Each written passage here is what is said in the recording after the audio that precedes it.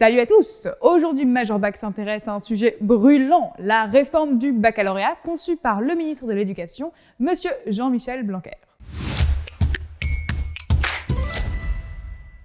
Elle est entrée en vigueur l'an dernier et la première promotion est en train de la tester. Jusqu'à là, beaucoup de critiques ont été formulées. Et ça tombe bien, chez Major Bac on a bien bossé et on te propose un bilan des avantages et inconvénients de cette fameuse réforme du baccalauréat. Avant de décrypter les points positifs et négatifs, petit rafraîchissement de mémoire sur cette fameuse réforme. Son objectif principal est de former au mieux les lycéens pour qu'ils réussissent leurs études supérieures. Elle cherche comme cela à valoriser le travail régulier et à long terme. Aujourd'hui, plus de 60% des bacheliers n'arrivent pas à valider leur licence dans les 3 ans normalement impartis. La réforme du bac, dans les grandes lignes, c'est 1. La fin des filières SES-L pour la voie générale. 2. La mise en place d'un socle commun de connaissances. 3. Un parcours à la carte avec des spécialités à choisir. 4. Un accompagnement approfondi pour l'orientation. 5. L'apparition du contrôle continu pour les épreuves du bac à hauteur de 40%. Et enfin 6. Une modification des épreuves finales avec par exemple l'arrivée du fameux grand oral. Les choses qui ne changent pas. La possibilité de prendre des options pendant sa scolarité. L'épreuve du bac de français en classe de première.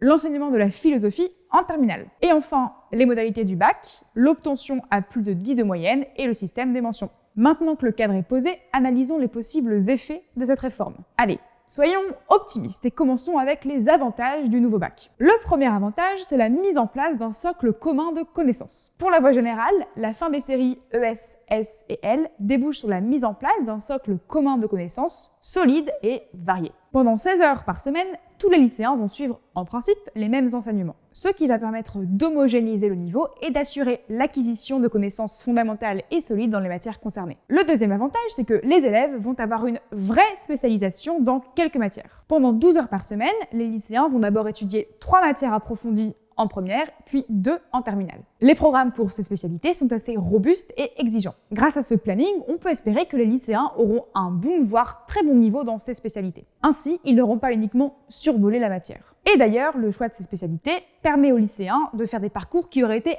impossibles avec le cloisonnement classique ES, S et L. La troisième attente positive de cette réforme du bac, c'est la revalorisation générale du niveau du bac. On verra dans quelques années, mais on peut espérer qu'à terme, la réforme du bac permette une augmentation du niveau général des bacheliers. Il y aura donc 4 épreuves finales, alors qu'avant, on pouvait compter sur plein de petits coefficients pour faire remonter la moyenne. Le contrôle continu a aussi été mis en place pour favoriser le travail régulier tout au long de l'année. Fini donc la semaine de bachotage en juin et l'oubli des cours juste après l'examen. En effet, il sera nécessaire de travailler régulièrement. Et d'ailleurs, c'est vrai que bosser au fur et à mesure permet d'ancrer durablement les connaissances chez les élèves. Et enfin, le quatrième avantage attendu, c'est l'organisation plus facile des épreuves et des corrections. Jusqu'à présent, les épreuves du bac se déroulaient à cheval sur 2 semaines en juin, plus la convocation aux oraux. Et donc, tout début juin, tout le monde s'arrêtait de travailler, y compris les élèves de seconde. Désormais, avec la réforme, seuls 2 jours, voire 3 pour le grand oral seront nécessaires. Cette économie de temps permettra de poursuivre les cours jusqu'à mi-juin et donc potentiellement d'arriver au bac avec le programme terminé. De même, avec la fin des filières, les professeurs auront moins de copies à corriger dans un temps record puisque tous les examens seront répartis sur l'année. Après ces 4 avantages, Major Bac a identifié quelques points de tension ou inconvénients qui peuvent être à double tranchant. Décryptage. Premier point de tension, le contrôle continu comme source de stress. Même si, comme on l'a vu, le contrôle continu permet d'éviter le bachotage de dernière minute et contre-productif, il risque d'instaurer une pression très forte tout au long de l'année. Or, une forte pression n'est pas synonyme de réussite. Au contraire. Ce point de la réforme suppose que les lycéens sachent gérer cette pression. Malheureusement, tout le monde n'est pas égal face au stress. Et certains élèves auront déjà les clés pour gérer et anticiper cette année. Mais ce n'est pas le cas pour tout le monde. Il est donc nécessaire qu'un accompagnement méthodologique efficace soit mis en place dès la seconde pour éviter que ce point soit encore plus inégal. Deuxième point de tension, le grand oral discriminant. Son objectif est louable. Il cherche à préparer les lycéens au monde professionnel en instaurant un exercice de groupe évalué par un jury final à l'oral. Mais là encore, c'est un exercice qui peut être très discriminant. De nombreuses recherches en sciences sociales et de l'éducation ont montré que l'exercice oral est un point très différenciant. En effet, les meilleurs élèves à l'oral possèdent les clés pour réussir grâce à leur éducation. Et au contraire, d'autres élèves n'ont pas été suffisamment préparés pendant leur jeunesse pour affronter cet exercice. Les niveaux des élèves sont donc très hétérogènes de ce point de vue. Là encore, il faut que les élèves les moins préparés soient aidés le plus tôt possible, sinon cet exercice fortement inégalitaire le restera. Troisième point de tension, l'orientation très précoce. La question de l'orientation est centrale dans la réforme du lycée. Chaque année, 54 heures seront dédiées à l'orientation. Malgré cela, une vraie question se pose.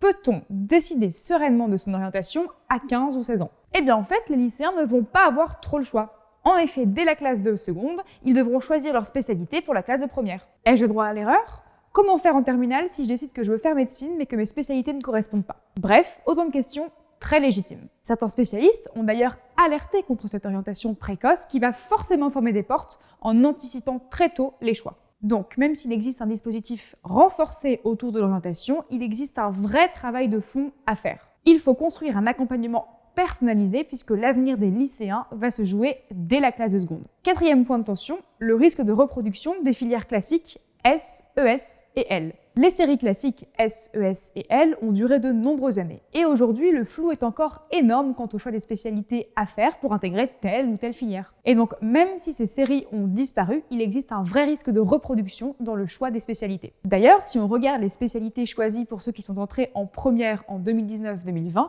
le résultat est sans appel. Parmi les 426 combinaisons possibles, la triplette la plus demandée est maths, physique-chimie, SVT, ce qui correspond en fait à un profil S. En effet, ils sont plus d'un quart à l'avoir demandé. Idem, la deuxième triplette, qui correspond à histoire géo, mathématiques et SES, soit un profil ES, a été demandée par plus de 7% des élèves. Donc, pour que la réforme soit pertinente et que l'on sorte des schémas classiques S, ES, L, deux choses sont pertinentes selon nous. Première chose, les établissements de l'enseignement supérieur devront annoncer rapidement le profil des élèves attendus. Comme ça, les élèves de seconde pourront faire leur choix de spécialité. Deuxième chose, de grands progrès en matière d'accompagnement et d'orientation de la part des lycées sont à faire pour guider un maximum les élèves. Cinquième point de tension, l'inégalité géographique face aux options. Sur le papier, la réforme du lycée offre la possibilité aux élèves de choisir leur spécialité. Mais en réalité, toutes les spécialités ne sont pas disponibles dans tous les lycées. Il manque dans certains établissements les ressources matérielles ou professeurs pour assurer les spécialités. Autrement dit, la carte géographique des lycées est inégale. Résultat des courses, certains lycéens vont être contraints de quitter leur lycée pour aller étudier ailleurs. Or, dans les faits, ce n'est pas si simple de partir. Ça peut coûter cher si le lycée est loin, et qui a envie de quitter ses amis pour aller étudier une spécialité? Pour combler ces inégalités, il faut que l'État trouve rapidement des solutions. On pense par exemple à l'enseignement à distance ou le regroupement de certains lycées pour assurer une spécialité. Par ailleurs, le second problème qui en découle correspond au respect de la carte scolaire et aux stratégies d'évitement de certains lycées de secteur. Vu que tous les lycées ne présentent pas toutes les spécialités, certains lycéens réussiront à esquiver et éviter leur lycée de secteur, pour le prestige par exemple, avec l'excuse de la spécialité. L'enseignement à deux vitesses risque donc de s'accentuer. Sixième et dernier point de tension, deux difficultés majeures pour les professeurs. Les profs aussi risquent d'être bouleversés par cette réforme et leur façon de travailler va être modifiée pour deux raisons principales. Premièrement, ils vont avoir des classes au profil très hétérogène, ce qui fait qu'ils devront s'interdire certains ponts avec d'autres matières. Prenons l'exemple d'un prof de maths en terminale. Il a face à lui des élèves qui ont décidé de faire des maths. Jusque-là, rien de compliqué. Mais ces élèves auront à côté des maths une autre spécialité. Pour certains, ce sera la physique, d'autres la SES, d'autres l'histoire géo, etc. Donc, les exemples du prof seront très limités. Il ne pourra pas proposer d'applications mathématiques en physique-chimie, puisque ça concernera quelques élèves. Idem pour les SES, puisque ça concernera encore quelques élèves seulement. Bref, en gros, il devra rester cantonné aux maths, et c'est tout. Deuxièmement, les profs devront aussi s'adapter à ce nouveau calendrier scolaire. Ils auront moins de temps pour préparer les cours, corriger les copies et aider les élèves. Et en plus de leurs tâches habituelles, ils devront aussi organiser les épreuves communes de contrôle continu. Ce qui prend beaucoup de temps puisqu'il faut construire le projet de A à Z, le faire valider, l'évaluer, etc. En bref, si on fait les comptes, 4 points positifs, 6 points de tension, le match est serré. La réforme du bac et du lycée est vraiment ambitieuse. Elle met l'accent sur un bac plus méritant, un tremplin vers les études supérieures et le monde du travail. Mais elle exige aussi des choix d'orientation décisifs à réaliser très tôt dans la scolarité. Le jeu en vaut-il la chandelle? Une chose est sûre en tout cas, la réforme du bac pourrait porter ses fruits à condition que de vrais moyens soient engagés, qu'un travail de terrain soit réalisé et que des mesures soient également réajustées.